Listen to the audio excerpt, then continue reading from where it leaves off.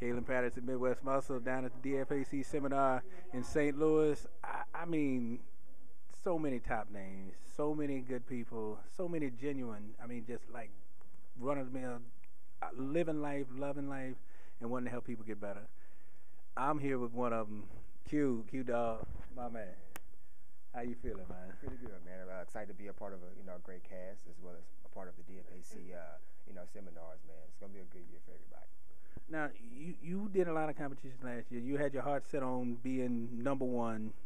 You really made some growth in a lot of aspects that you thought you were short in.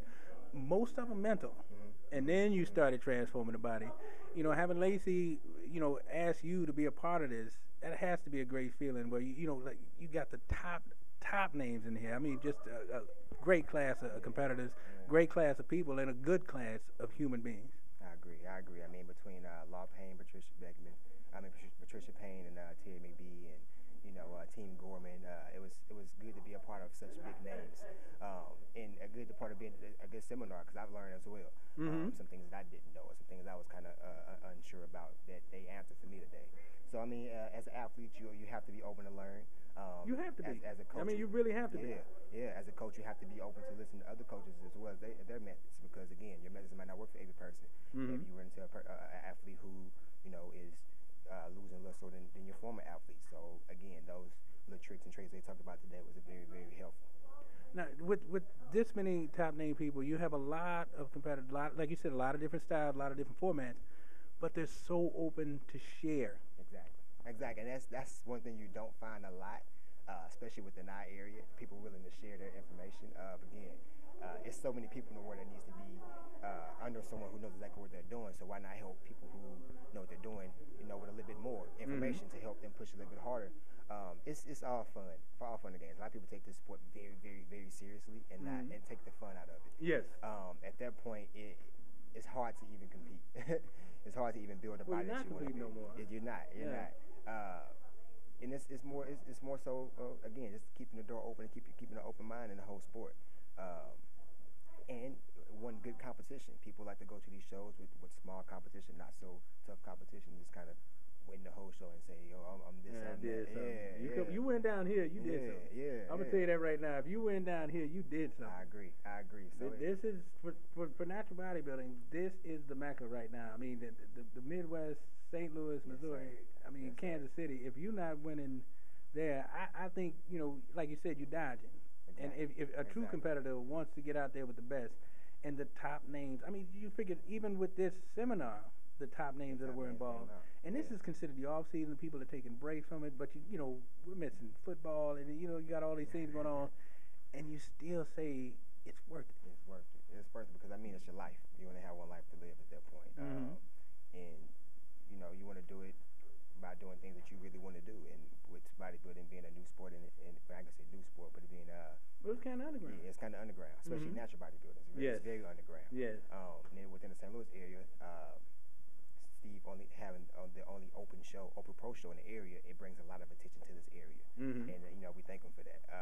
There's one other pro show that's in June, which is the Keep 100 Pro Masters Cup, but again, that's a pro Masters Cup.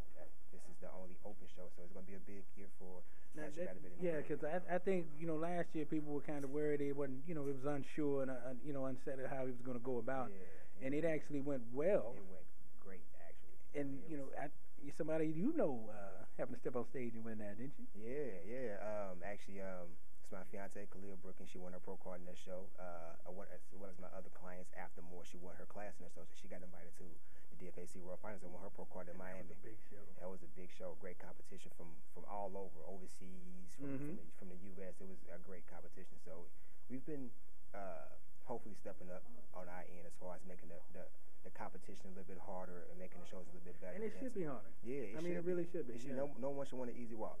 It's not an easy sport, so no one should just walk in. But I won my pro card, I won it my first show. Great accomplishment, but at the point where you have to improve every show, when you become a pro, then you want to take the time out to learn those things to do. Yeah, and the one thing I'm so glad you touched on it, because the people that walk in and win the smaller shows, and let's say they do get their pro card because there was enough competitors, they don't go any further because they realize what a pro is when they come down to areas like this in Miami and all the bigger shows, you know, the Ordinary, all these shows are so big, and they realize, my God, I'm not even close to it. Close, yeah. So again, just getting with somebody who knows what they're doing, getting with the right, with the right coaches and the right other athletes to work out with, like that's gonna take you a long way. Mm-hmm. It's gonna take you a long way. So again, seminars like this, come to them. Really open your mind up to the sport, because again, when people start to, keep their training closed in and not letting people know, like I want my team to go there because I want to see my team. It's not really about that. It's about learning what the sport is about. Yeah. So again, with natural bodybuilding being as small as it is, I'm excited to be a part of the movement that is going in. So. Now, having, Lacy, he's one of the more honest judges. I mean, like I said, you don't ask the man the question without expecting an honest answer. Because I think some people want that, basic, this, that. But he's going to tell you the truth. And if you're not ready to hear it, I'm telling you, don't ask. Because the man he wants you to get better. Because honestly, as a judge, I'm sure he's seen, he's heard, and he's lived. Because he competes. And now he's a promoter. He wants the best of the best, and he wants that to be you. And if you don't want to be better, then don't ask him. I'm telling you, the man is going to tell you the truth. Q's going to tell you the truth. Gorman's going to tell you the truth. All these competitors, presenters, promoters, they want you to be better in life. And I think that happens sometimes from being brutally honest. I agree. And again, when someone trains for a competition, they're ready for that competition. I personally would tell that person, hey, let's push prolong your training a little bit more. Let's give you a little bit more time to build the body that you want to have for a competition. Some coaches just throw their competitors on stage, which is perfectly fine with them. You know what I mean? I want you to be the best at whatever you do, and that's going to take me to tell you that you're not ready for this competition. We'll be ready for the next one. Then that's going to have to be it. If you're mad at me, hey, we'll get over it. We'll push right to the next one. If you understand, then that we're going in the right direction with things. So it's fun to see, people progress and get better each day. So it's my job to help people, get on stage and make sure they do it the right way. Now, you did a progression as well. Like I said, you started mentally, and you branched out. When you became a pro, you branched out in a whole different areas. It's like your mind when it starts growing, it's like unlimited. Yeah. And you realize once that barrier is broken, there's so much room for potential. You've branched out in certain other areas other than, bodybuilding. You want to talk about that? Yeah, we went into not just bodybuilding, but into food prep for our competitors. I also went into doing workout, active wear clothing as well. So just to hit every aspect of fitness, because it's so broad and so big that we want to try to tackle. We want to make the process easier for anybody that comes in with us. So if that means that we have to set up a program where we do cook your food for you, then we'll do that. If we do have to set up a program where you just do nutrition with us, we set that up. If you just do training with us, we set that up. So it's not just about competition. It's about health. It's about health. It's about helping someone learn how to become a better person or a better athlete. And that's what Rock Body Academy really stands for. Rock Body Academy, which is my company, it being an academy, you learn so much more than just competing. Yes. You learn how to eat. You learn how to diet. You learn how to do cardio. You learn how to lift weights. You learn how to pose. You learn how to walk. It's broad. The sport is so broad that you have to, it's a lot of evidence. You want to offer as much as you can to help that athlete to become a better athlete. Now, you took a picture in Miami, and I was just blown away by it. It's of Ashley Lewis, and man, that picture was tight. I don't know where you came up with the idea, but it totally worked. I mean, if you could make a post of it, I'd be happy to get an autograph. Yeah, that's so cool, man. I had the dream of being a photographer years ago. Got into a situation where I couldn't really afford a camera, but I got into a position where I could. So I invested in one. I took it down to Miami with me, and I just catch things with, just being at different areas and eyes, and seen a position that Ashley was in when she was kind of just practicing her pose. I was like, and she practiced. And she practiced it. I was like, just stay in that area right there in the room. Why this light is hitting you like this? The sun is like this, and let's take this picture. And it was the perfect shadow, perfect silhouette. It was tight. And I did the same thing with my fiance. We was outside, just kind of walking around, just snapping pictures. I was like, what? Sit right here with some trees at. Let me see if I can do some things like that. But just kind of learning my camera right now. I actually want to get into more fitness modeling and more fitness photography.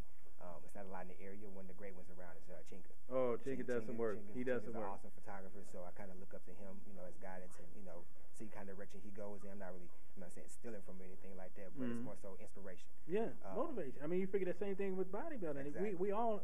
We're fans. I notice we're fans first, and then we have other things to go on.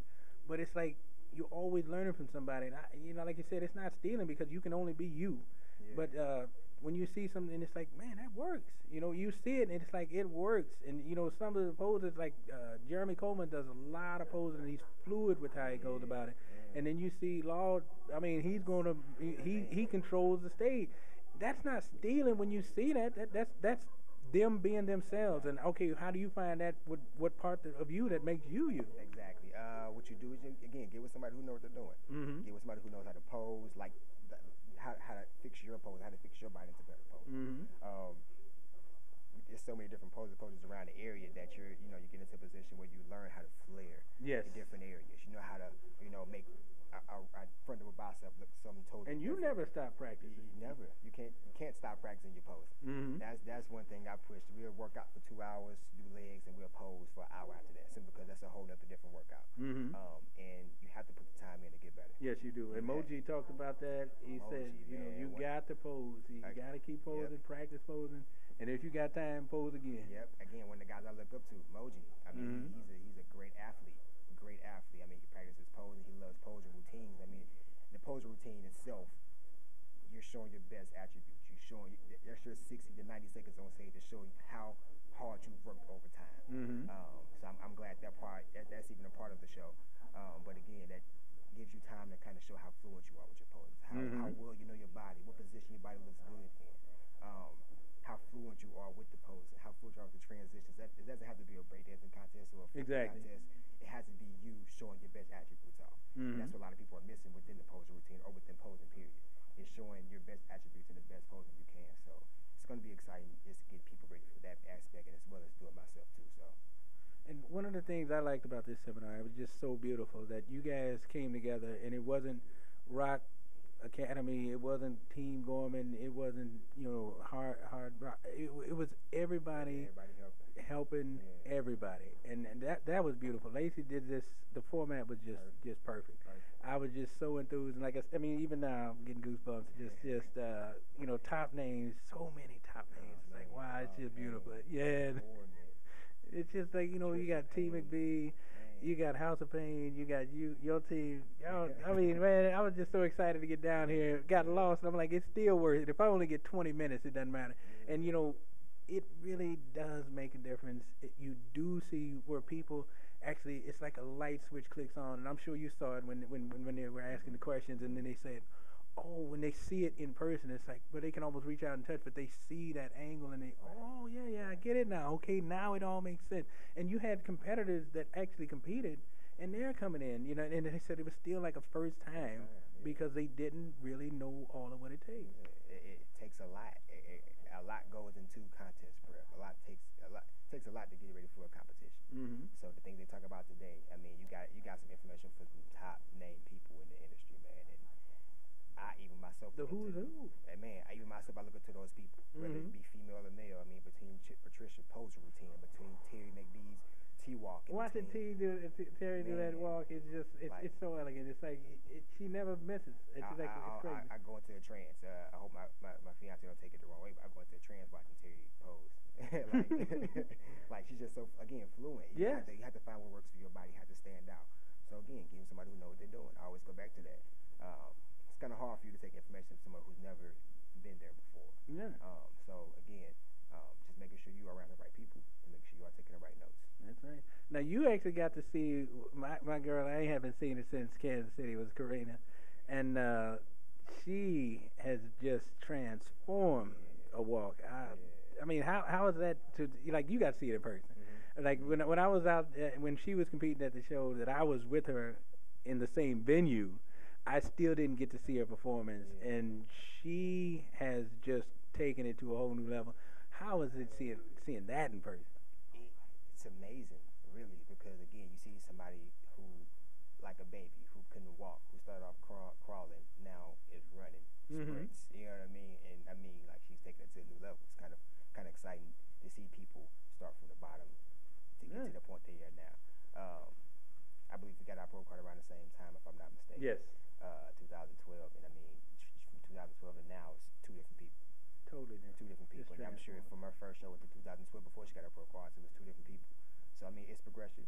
You know, it's a marathon, not a race. I mean, not a sprint. Mm-hmm. So people have to remember that going into this sport that you're going to take some time to improve, but you have to keep working for it to improve. So it's exciting to see everybody get better, man. It's exciting. It is. Well, I know you guys got some places to go, and we got to eat. We got to eat. Don't ever starve yourself to try and lose weight. That's the biggest mistake you can do.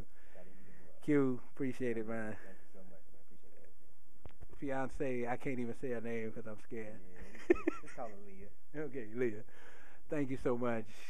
Steve Lacy, thank you so much for having this, because it makes a world of difference. It really does. And I'm not plugging the DFAC world. I'm just saying it makes a world of difference. If doing it, we'll say the same thing. Yes. We're just excited. It's exciting to have it, yes. And then have people that actually know what they're saying. Yeah. That's the beautiful thing of it. They can speak logic and it's truth at the same time. So, Kaylin Patterson, Q, I'm so glad, man. Again, thank you. Midwest Muscle, we are out.